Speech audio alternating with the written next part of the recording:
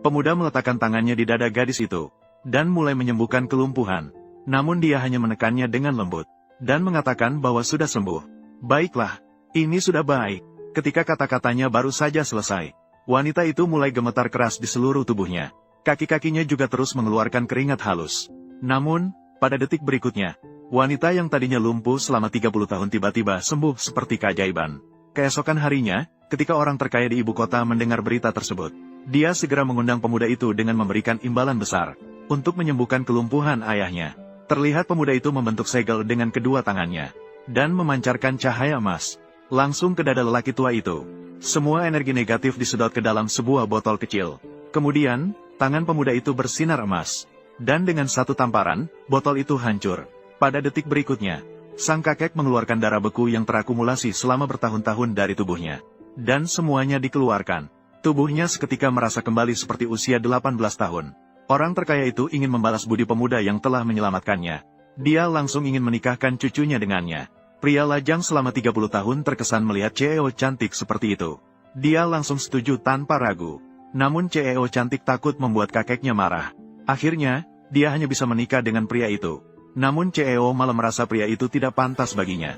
Kemudian dia memberitahunya, menikah dengannya hanyalah untuk membuat kakek senang, dan memperingatkannya untuk tidak memiliki pikiran tentang dirinya. Setelah itu, dia berbalik dan pergi. Pria itu ingin mengubah kesan CEO cantik terhadap dirinya. Dia memutuskan untuk mencari adiknya dari beberapa tahun yang lalu. Tanpa dia sadari, adiknya telah didukung oleh kuil naga. Sekarang dia telah menjadi raja bawah tanah di kota. Ribuan orang berusaha merayunya.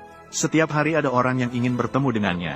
Namun, ketika bos besar mengetahui kedatangan pria itu, dia tidak berani mengabaikannya sedikit pun.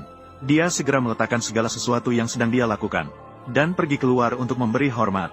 Akhirnya kita bertemu. Kenapa kalian masih berdiri di sini? Cepatlah pergi menemui pangeran muda di kuil naga. Tuan yang mengatur makan malam terbaik di kota untuk menyambut tamu. Dia memesan restoran terbaik di kota untuk makan malam. Ketika tamu keluar dari mobil, mereka disambut oleh sejumlah pengawal dengan hormat. Sementara itu, seorang wanita CEO sedang menghadiri reuni teman sekolah di tempat yang sama. Namun, dia malah diintimidasi oleh pewaris kaya di pesta. Pewaris kaya memberitahu CEO wanita bahwa untuk mendapatkan proyek di kota timur, dia harus menghabiskan malam ini bersamanya. Wanita CEO yang terdesak hanya bisa mengatakan bahwa dia sudah menikah. Pewaris kaya marah dan memecahkan gelas minumannya. CEO wanita ketakutan dan segera melarikan diri. Tanpa disangka, dia bertemu dengan tamu yang baru saja tiba. Kamu penggemar. Aku bilang, kamu ini pria besar, masih tidak punya malu. Mengikuti aku sampai ke sini. Apakah kamu pikir aku tidak malu? Saya tidak mengikuti kamu. Tolong makan di ruang VIP. Menghina tanpa persiapan. Yang Jiuye yang duduk di dalam ruangan tersebut. Kamu ini kampungan. Bahkan tidak pantas untuk mengangkat sepatunya. Oh ya, dia yang mengajak saya makan. Cukuplah, Ye Feifan. Apakah kau pikir kita semua bodoh? Bahkan bisa mengeluarkan kebohongan konyol seperti ini. Hei, lagi-lagi kau, nak. Terakhir kali menipu saya dengan mengatakan kena kanker. Akhirnya saya periksa seluruh tubuh di rumah sakit. Sangat baik. Hutang ini belum selesai antara kita. Hari ini saya tidak punya waktu untuk basa-basi denganmu. Sayang, ini adalah kesalahpahaman. Dengarkan penjelasanku. Siapa yang jadi istri kamu sekarang? Dengar baik-baik, Ye Feifan. Aku bukan istri kamu. Aku minta kamu segera pergi sekarang juga. Baiklah, kalau begitu, tunggu sampai kamu tenang dulu. Aku membiarkanmu pergi. Kamu pikir kamu siapa? Aku harus minta izinmu untuk pergi. Kamu, desa. Cepat minta maaf kepada Zhao Shao. Kalau tidak, kamu akan menyesal. Zhao Shao, Zhao Xiao, hanya hantu yang lemah dan pendek umur. Hahaha, baik, kamu berhasil membuatku marah. Sekarang berlututlah dan minta maaf padaku. Lalu pergilah dari kota ini. Kalau tidak, aku akan membuatmu tidak melihat matahari besok. Zhao Shao. Kamu berani memukulku? Aku ingin kamu mati. Saya bunuh kamu. Sayang, sudah larut malam. Ayo, cepat pulang bersamaku. Berhenti. Kamu, Xie, berani memukulku? Kamu tahu siapa ayahku? Lagi pula itu bukan aku. Kalau kamu tidak tahu, pergilah dan tanyakan pada ibumu. Kamu berani. Hari ini aku tidak akan memperlakukanmu. Kita memiliki nama keluarga yang sama. Ayah. Aku dipukul oleh seseorang. Baik. Si Ye, kamu tunggu di sini untukku. Ayahku akan segera datang. Tunggu sebentar, aku akan memukulmu sampai kau menyerah. Aku akan membersihkanmu dengan baik. Apakah kamu hebat, Ayah Tuan Zhao? Dia adalah chairman dari grup Zhao. Seorang bos dengan aset miliaran. Mereka dibawa kelompok itu. Tapi mereka mempekerjakan banyak tukang pukul. Semuanya sangat kejam. Mereka ingin menonjol. Mereka bahkan tidak tahu seberapa kuat mereka. Bahkan berani menyerang Pangeran Zhao. Aku akan melihat bagaimana dia mati. Hanya seorang ketua keluarga yang tidak berarti. Aku belum menganggapnya serius. Anak muda yang bagus. Sangat sombong. Hari ini kamu menyerangku terlebih dahulu. Menghina aku kemudian. Ayahku akan datang sebentar lagi. Aku akan memberitahu Anda. Apa kekuatan Pangeran Zhao. Yu Qing, Pangeran Zhao adalah satu-satunya anak. Si kecil ini akan sulit untuk mendapatkan pengampunan. Cepat putuskan hubunganmu dengannya. Cepat pergi. Siapa yang berani seperti ini? Bahkan berani menyerang putra Zhao Hongfa. Ayah, kamu sudah datang. Ya, dia saja. Dia yang menyerangku. Bukankah dia bahkan berani menyerang Paman Yang? Orang yang bahkan membuat orang harus bersujud. Keluarga Zhao tidak berani melawan. Oh tidak, kamu sudah membuat masalah besar. Anak muda, tadi kamu sombong kan? Coba tunjukkan keberanianmu lagi. Ayo, tutup mulutmu. Temui Tuan Ye. Ayah, dia memukul saya. Ayah, kenapa kamu memukul saya? Kamu anak durhaka. Saya benar-benar menyesal tidak menembakmu ke dinding. Kalau kamu bicara lagi, saya akan mematahkan kakimu. Tan, adalah. Saya tahu betul sifat anak saya. Itu karena saya tidak mendidik dengan baik. Mohon dimaklumi. Cepat minta maaf. Ayah, apa yang kamu lakukan? Dialah yang memukulku. Kamu. Baiklah. Saya minta maaf. Maaf.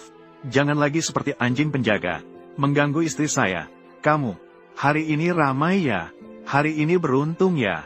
Baru keluar sudah bertemu dengan wanita cantik seperti ini. Halo. Bersenang-senanglah bersama saya. Hei, anak muda, perhatikan sikapmu.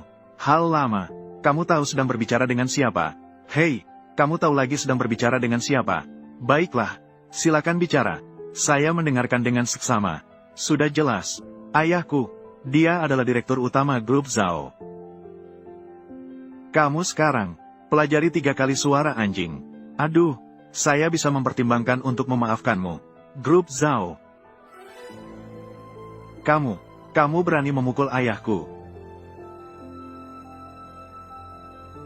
Berani sekali. Sepertinya saya, Zhao Hongfa, menghilang dari dunia persilatan begitu lama. Kalian anak muda, bahkan tidak memiliki sedikit pun rasa takut. Hari ini, harus memberimu sedikit pelajaran.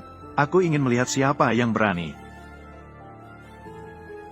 Manajer Sen, kedatanganmu pas sekali. Anak ini berani sekali memukul orang di restoran kalian. Aku akan memukulmu. Bagaimana? Apa yang bisa kamu lakukan padaku? Lihatlah, masih berani begitu sombong. Saya, Zhao Hongfa, juga bisa dianggap sebagai tokoh nomor 1 di kota Yang. Hari ini kalian harus memberi penjelasan padaku. Tuan Su memukulmu. Itu adalah kehormatanmu. Tuan Su, ternyata dia. Apakah yang kamu katakan adalah benar? Dia adalah kepala dari 4 keluarga besar kota Yang. Tuan muda besar dari keluarga Su, Su Wenbin. Su, hari ini, para elit berkumpul di Istana Naga. Tuan Su juga ikut datang. Aku bilang, keluarga Zhao kalian di depan keluarga Su kami. Apa itu? Kalau bukan karena keluarga Su kami memberimu setiap tahun pesanan senilai 1 miliar. Kalian keluarga Zhao bisa sampai sekarang. Bagaimana kalau begini saja? Maukah saya minta saudara-saudara dari kuil naga untuk membunuh kalian semua? Ah, Tuan Su. Benar, tadi saya memukul kalian dengan tangan ini. Terasa agak sakit. Bagaimana cara menyelesaikan masalah ini? Ini. Bagaimana kalau begini saja? Kamu, turun dan minta maaf dengan membungkuk. Kamu apa sih? Saya bicara dengan kalian, tidak dengar. Aku akan memberimu 3 detik. 3 detik, jika tidak turun. Keluarga Zhao kalian tahun depan Jangan berharap mendapatkan 1 sen pun dari kontrak.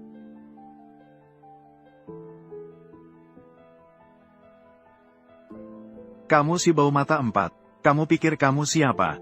Hai Fei Fan, kamu gila. Kamu ingin mati. Jangan tarik kami. Kamu memukul saya. Seorang pekerja tani berani memukul saya. Wajahmu memang keras. Memukul sampai tanganku sakit. Namun menurut logikamu, haruskah kamu turun dan minta maaf padaku? Turun dan minta maaf padaku. Nak, kau berani. Semua masuk.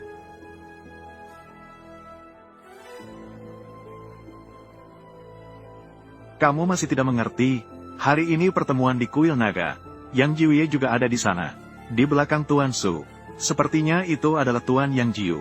Kamu masih berani menyebut dirimu sebagai suami Raini. Apakah kamu yang merugikan Raini seperti ini? Haruskah kamu merusak hidupnya seperti ini?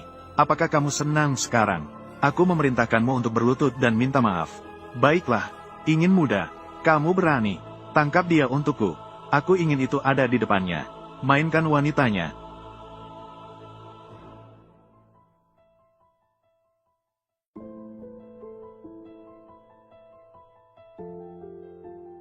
Selesai.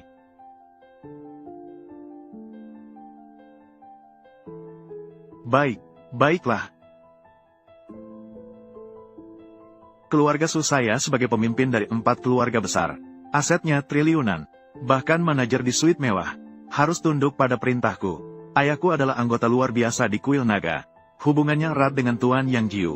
Seseorang yang sangat berkuasa. Hari ini aku akan membuatmu mati sebelum tengah malam.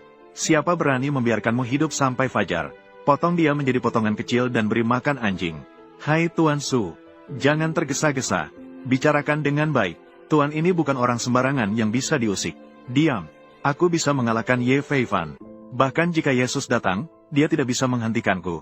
Saya bilang, berani sekali. Tidak tahu apakah aku bisa bertahan.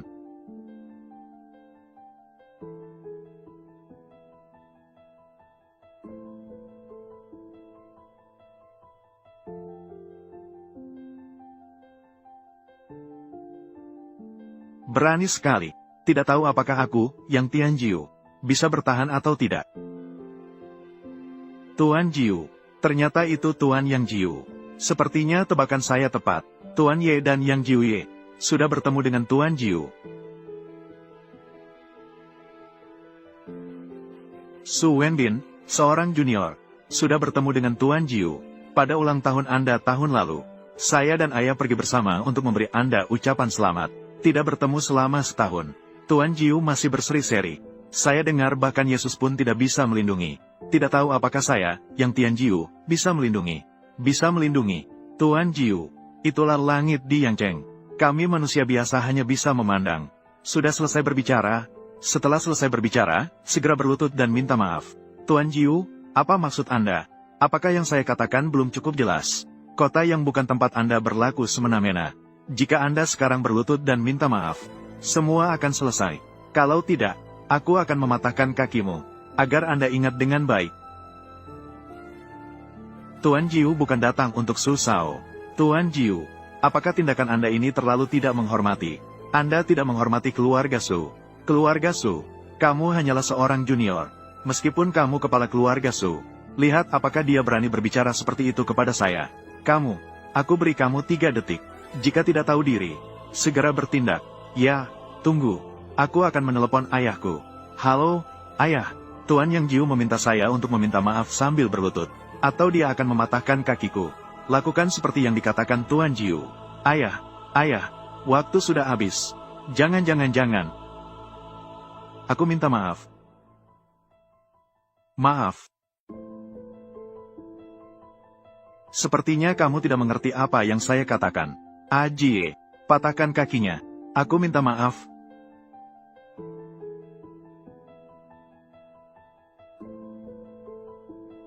Maaf, saya salah atas kejadian hari ini. Mohon maafkan saya.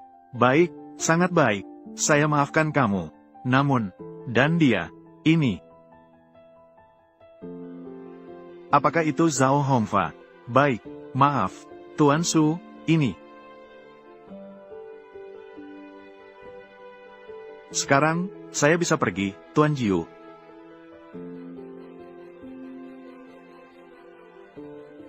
Jika begitu,